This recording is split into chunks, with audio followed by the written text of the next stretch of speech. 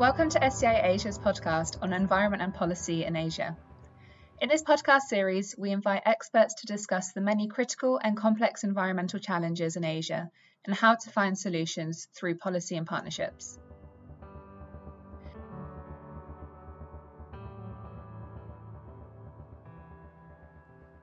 Thank you very much, Dr. Pichamon, for joining us in this particular episode of SCI Asia series on environment and policy in Asia. My pleasure. Yes, this episode follows, of course, our Environmental Resilience Week, where you were talking about policy and science connections, and hence we thought we would, explore those topics a little bit more. In particular, how can we build climate resilience in the Mekong region? Through connecting policymakers with good scientific evidence and science-based recommendations. But before we get into all of that, for our listeners, Dr. Pichamon, can you tell us a little bit about your own experience as a researcher and in terms of someone who has tried to connect policy to science? Well, first off, I must say I attended your event and it was absolutely fantastic. Anyone who's listening to this, if you are invited to attend or speak at an SCI event, absolutely say yes. It's a wonderful experience to get to connect with so many like-minded researchers and practitioners in the environment, climate policy, development spaces. So that said, I would say that in terms of my own experience of being a researcher who's tried to generate as much policy impact as possible from my own work, it's never easy, right? It always feels like an uphill battle, where no matter what you write, how you frame the issue, or the language that you use, you always feel like there's some sort of barrier standing in the way between really you and your research to reach that policy audience and ensure that the key messages are received in the way that you intend them to be. Because one of the major challenges I personally find is that you might have wanted to convey a particular message, but it gets, changed over the course of many different engagements, or it might get even manipulated in some instances. So it is incredibly important for us to be constantly working towards enhancing the policy influence of our work, but at the same time, for us to be mindful of the constraints we face as researchers, as well as the role of our own self-reflexivity when we do research. So, thinking about what we're trying to accomplish with our research and being aware of the biases or the motivations that undergird the enterprise as a result. So for me, in light of all of that, I think my own trajectory as a pracademic, and I know it's one of those words that might make some people really cringe, and others like, oh, great, it's something that best defines what we're trying to do here. But as a pracademic, a practitioner combined with an academic, for me at least, in my own trajectory, I've wanted to try and be as unconventional as possible. And I get told all the time that what I'm trying to do isn't really academic research anymore. And I disagree, because academic research for me is about bringing nuance to a debate or bringing nuance to an issue. And again, being aware of your own subjectivities when you do that. And so I think there's a fine line, in fact, between academic and policy research. And for me, it's about embracing that fine line as opposed to saying, oh, this is policy research. It's not academic enough. It's not scientific enough, because if you want to have an impact, you need to also just make your own work more accessible. So in my own work, I've tried to do that. I've tried to do it in the work I've done on the Mekong region.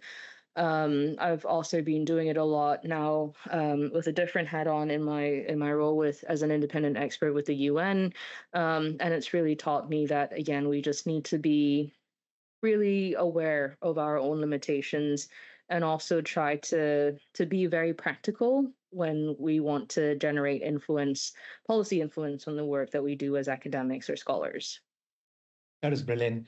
That's already a lot to unpack, from barriers, manipulation, self-reflexivity, and also what is academic and policy research. Almost the politics of knowledge question there. But we need to rewind a little bit. Before we get into that, and we are going to explore most of it, uh, let me ask a simpler question. For example, we often talk of policymakers needing science, and scientists can produce science for policymakers.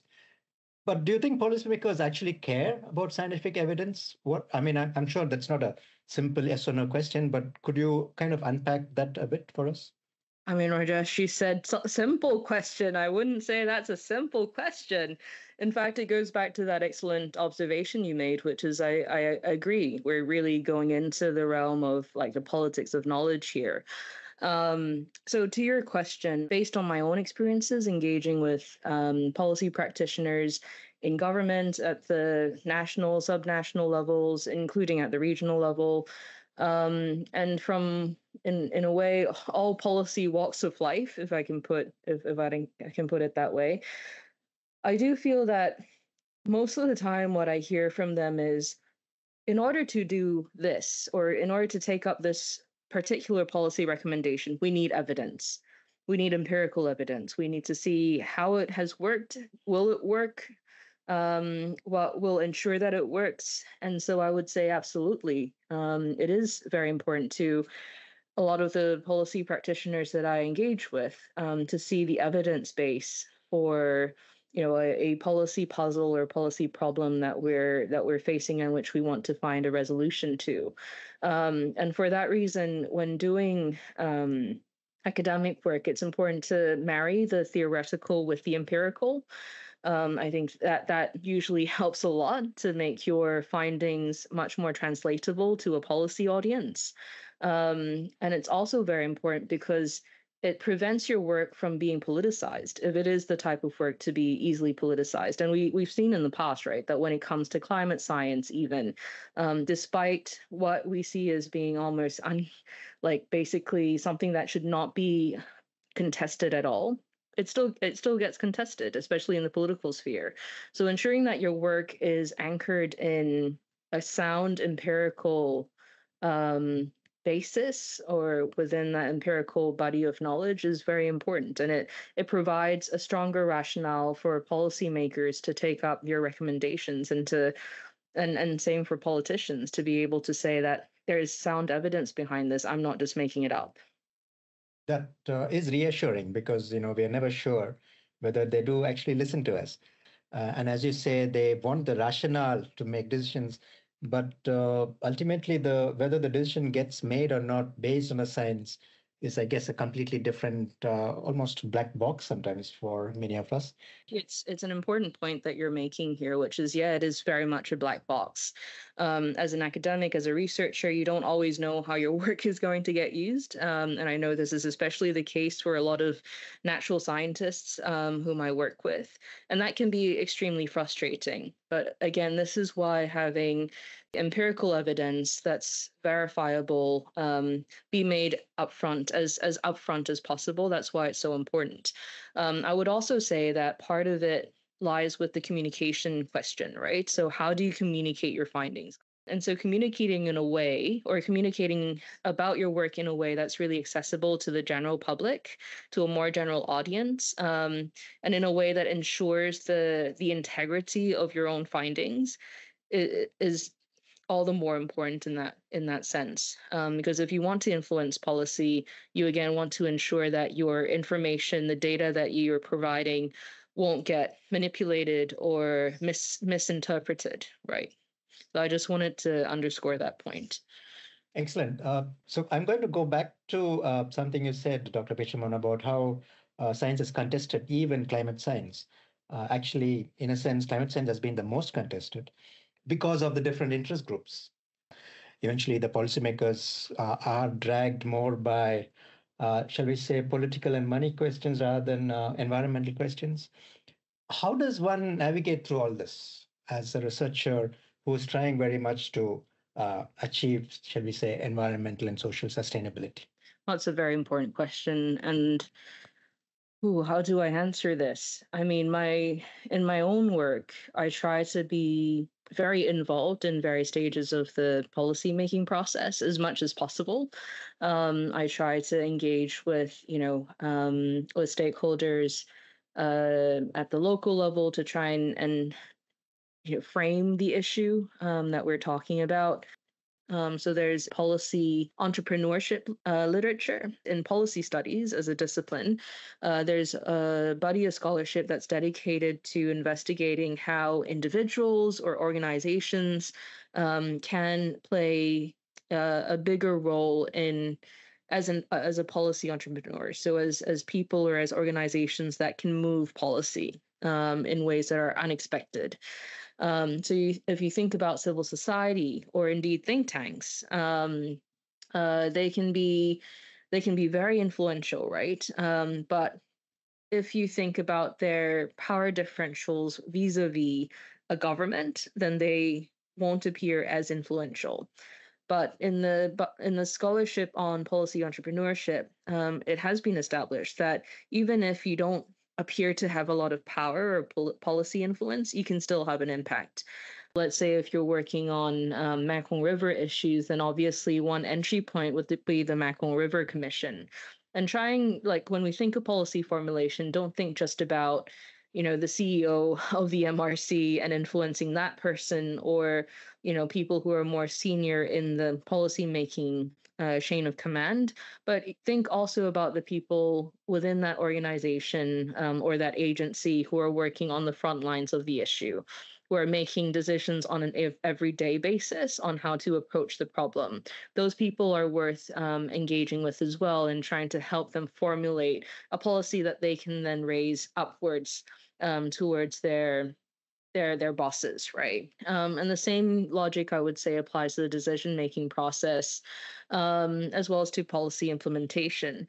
But for me personally, I've always found policy evaluation as being a very important and interesting stage of the policy making cycle to tap into. And I feel that a lot of the work that we do as academics tend to be a little bit more on the critical side, right? And I would say we should also help improve policy, because policy evaluation, think about monitoring, evaluation, and learning frameworks.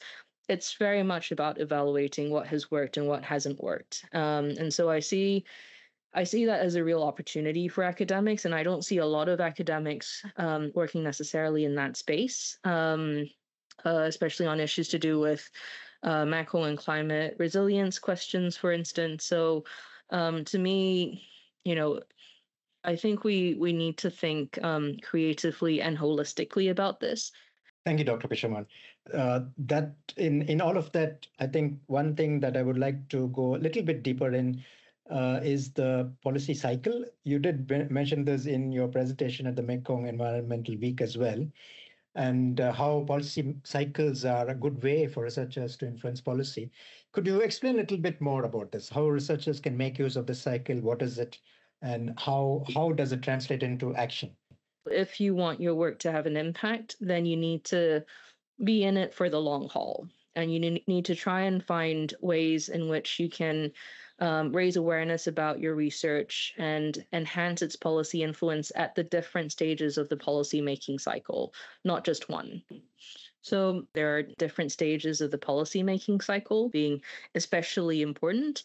So agenda setting, policy formulation, decision making, policy implementation, and policy evaluation. And so in my work, I've tried to feed into each of those different stages. So like ideally, you want to engage with the entirety of the process. And I know it's not an easy thing to do, but you can be rather creative and innovative with respect to identifying entry points, as well as gatekeepers, if I can be so direct, people who are very much firmly entrenched in these spaces, who know whom you should be speaking with in order to make, to move things, to change things.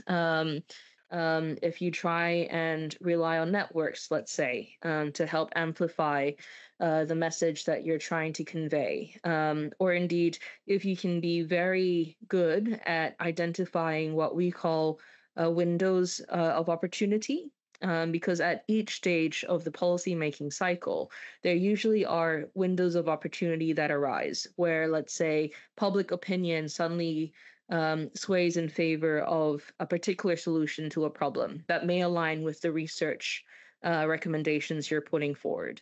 If you think about Greta Thunberg, right, and the activism that she displayed and how that created a lot of interest amongst the younger generations, especially to do the protests in their respective countries and cities, and how that directed even more attention from governments to the climate change issue. Like that can also be a window of opportunity that you as an academic can leverage and use to your advantage to spotlight how your research is pivotal to answering these big troubling questions or problems.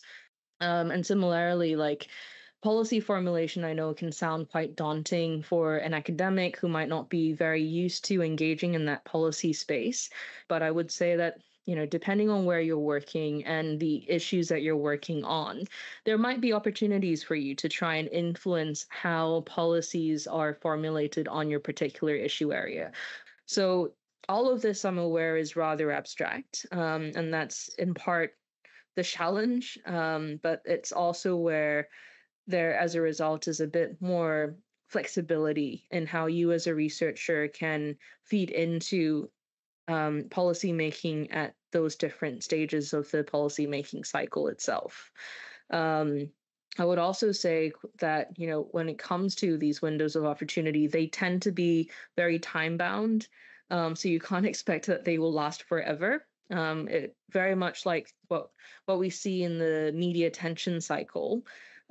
Things will suddenly become of great interest and then it'll die down. So you want to try and be in a position where you can immediately leverage the media attention, the policy attention, as quickly as you can, so that your research has even more impact.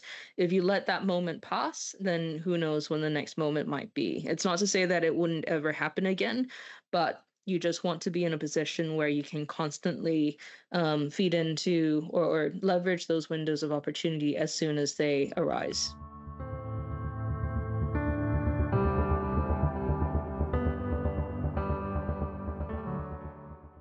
Brilliant, thank you. As you were talking of policy cycles and windows, I was also reminded of something that happened in the early 90s in Thailand, where there were enormous floods in South Thailand, and the floods washed on huge logs from clear felling.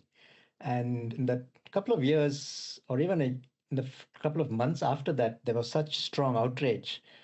The environmentalists, the media, civil society, the local people all clamored for a logging ban, and that logging ban is still in place, which, I mean, of course, we don't have to wait for a disaster, but it kind of emphasizes your point that grabbing the day seems to work in a lot of ways in policy cycles, which kind of then comes to the next question I have. But if I may go for a little different direction, little bit for now, we talk of policy and we talk of impact and we talk of science. I also see this, and I will welcome your thoughts on this. I also see our policy work and our research to policy work as something that wants to bring out voices of marginalized people, for example, bring out people's concerns that are not actually taken up. Eventually, it may not even get into policy, but the fact that it has been brought up seems to itself be of value. What are your thoughts on this, Dr. Pishaman? I absolutely agree. I think, if we go with the whole notion that knowledge is power, we have to be aware that we ourselves are also wielding a degree of that power, even if it doesn't always feel that way. In generating research and trying to enhance our own policy influence, we become part of that policy making cycle. And as a result, we should also carry our own responsibilities, right, to ensure that the research that we do doesn't result in any harm, whether it be to marginalized or at-risk groups or any other stakeholder groups, and that we undertake our own due diligence to ensure the veracity, the accuracy of the information that we use, and the data that we generate from our work. And to also understand how that information or data can have an impact on the communities that we are researching, or who are facing, in the case of climate change, their very real impacts of environmental degradation, of erratic hydrological flows, and so forth. So I think what you said here, Rajesh, is extremely important for all of us to bear in mind, which is research needs to be ethical, obviously, but it also needs to, we as researchers, we also need to undertake due diligence to ensure that our research accurately depicts the communities, the individuals who are marginalized and at risk in a way that is respectful, that ensures their human dignity, and that doesn't misrepresent their message or their experiences. I would also say that personally, for me, the work that I've done and that I continue to do has been underpinned by, this notion that we find very prominent in critical theoretical traditions, which is that theory is always for someone and for some purpose. And we also need to ensure that, if it is for someone and for some purpose, then it should be for the purpose of enhancing the lives of those who are the furthest left behind, to ensure that the work that we do results in the amelioration of the challenges that they face in some way. Thank you. That does resonate with all of us, that message.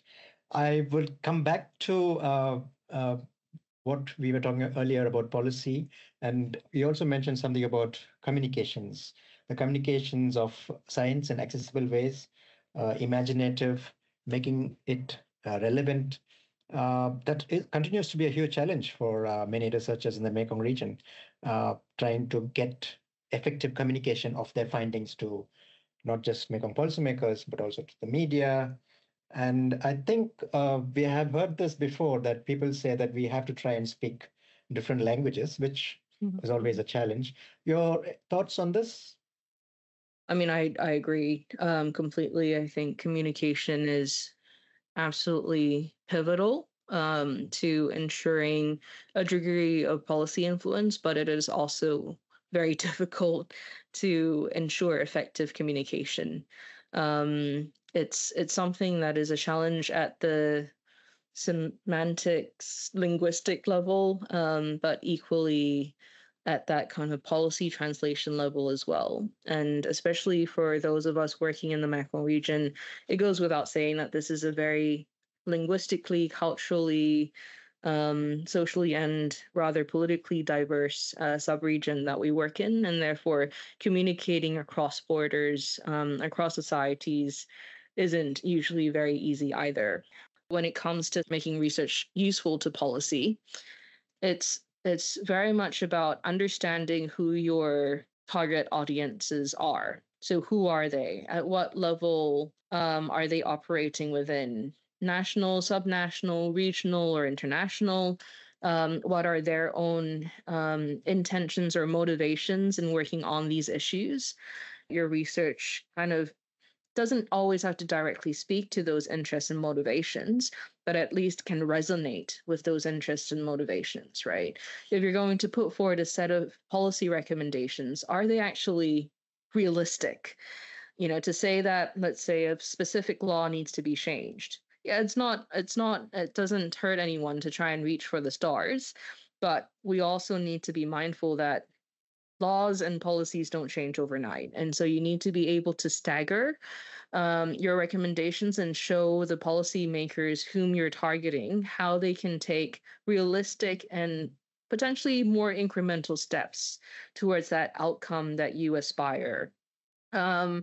And similarly, I think it's about understanding what language appeals to them. This is something I grapple with in the work I do with the United Nations, which is we work a lot on social issues, on human rights issues, and that's not always easy to communicate with a range of stakeholders. And so ensuring that how we talk about these issues, again, resonate with them, and they don't find it to be too daunting or too challenging in a way, that can also assist in enhancing the impact of the work you're doing and its relevance to the policy that you're wanting to influence. I would also say that all of this does come down to issues like presentation and word choices as well. And I keep thinking, and because you were saying, Rajesh, let's think about a specific case. I think back to, I think it was 2021 when the UNFCCC had released a report saying that, this is a red alert for our planet, and the language of red alert was specifically used. And I feel like that type of language is very powerful. It might not necessarily sound the most academic, but it's easy to understand, and it really does impress upon you that this is a moment. This is something that is a major challenge for all of us. I also think, like, if you look at how the policy language has shifted over time in relation to the framing of the climate crisis, we see how these days there's more use of the terms like existential, right? That climate change is an existential crisis. And I found this to be especially intriguing, but also important in the context of conveying to, let's say, the defense establishment why climate change matters. And so to tell defense people, military people, that they have to care about climate change too, and that, defense technology needs to be up to par when it comes to environmental sustainability standards by linking it all to the fact that climate change poses as an existential security threat to all of us. That's powerful language as well. And it, again, wasn't achieved over the course of a day or two.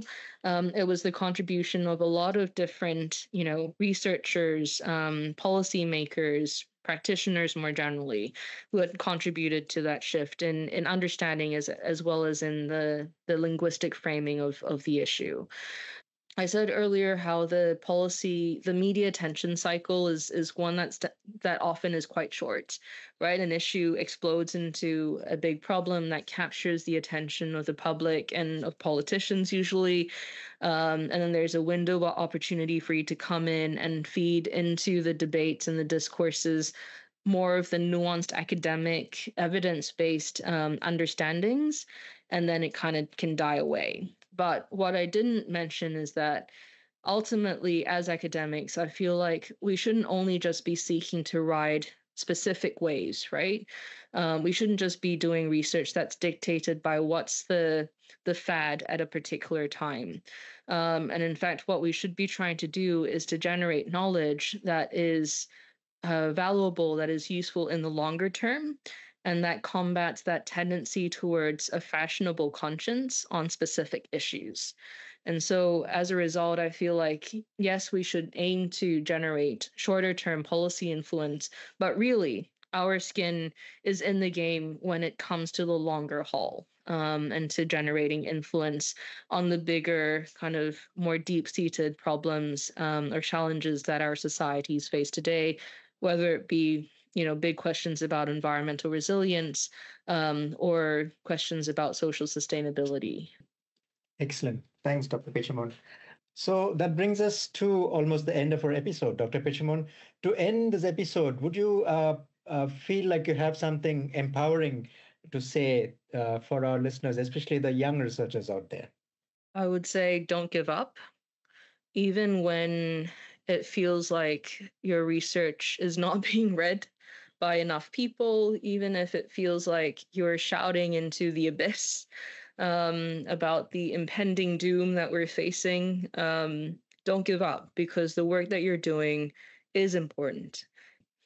The impact that you can generate at the policy level might not be, it might not be a change in the laws. It might not be a complete change in the government's policy direction, but it can still affect change. And change can be very meaningful, especially when it impacts, an individual or a group of individuals. And I've seen research that are driven by a desire to improve the livelihoods of communities on the ground and ensure that, the climate crisis doesn't have as adverse an impact on them. I've seen so many of these pieces have a positive impact on the communities themselves, even in the sense that the communities feel like they're being listened to, listened to by academics who have come to their communities and asked them questions that maybe governments or other stakeholders have never asked them before. So impact also happens that way too. And the awareness that you generate amongst the people that you work with at the local level can be as meaningful as the impact that you can generate at the policy level in Bangkok or in Vientiane or in any other part of the region. So I would say absolutely don't give up and really think about why do you want to generate this impact, and who would it be most beneficial for. So long as you can answer those two questions, I think you're headed in the right direction. And the point is, influence is not going to happen within a day, sometimes not even in a week or in a year. It can take as long as the peer review process. And it can take longer. So persevere, and I'm sure your hard work will pay off in some way. So your voice matters, and I hope you won't let any of the barriers that you currently face or may face in doing work in this area to stand in your way of ensuring that your voice gets heard. Thanks, Dr. Pechimon. That has been an extremely insightful conversation and very encouraging too. And I hope it sparks new ideas among our listeners about how research can play a role in providing actionable insights for building climate resilience in the Mekong region. Thank you so much for joining us today. Thank you very much. And as Dr. Pitcherman said, we are here for the long game. Don't give up. Your voice matters. Thanks to all our listeners. Please stay tuned to our Asia podcast series on environment and policy in Asia for more conversations on bridging science and research to policy and sustainability. Goodbye for now.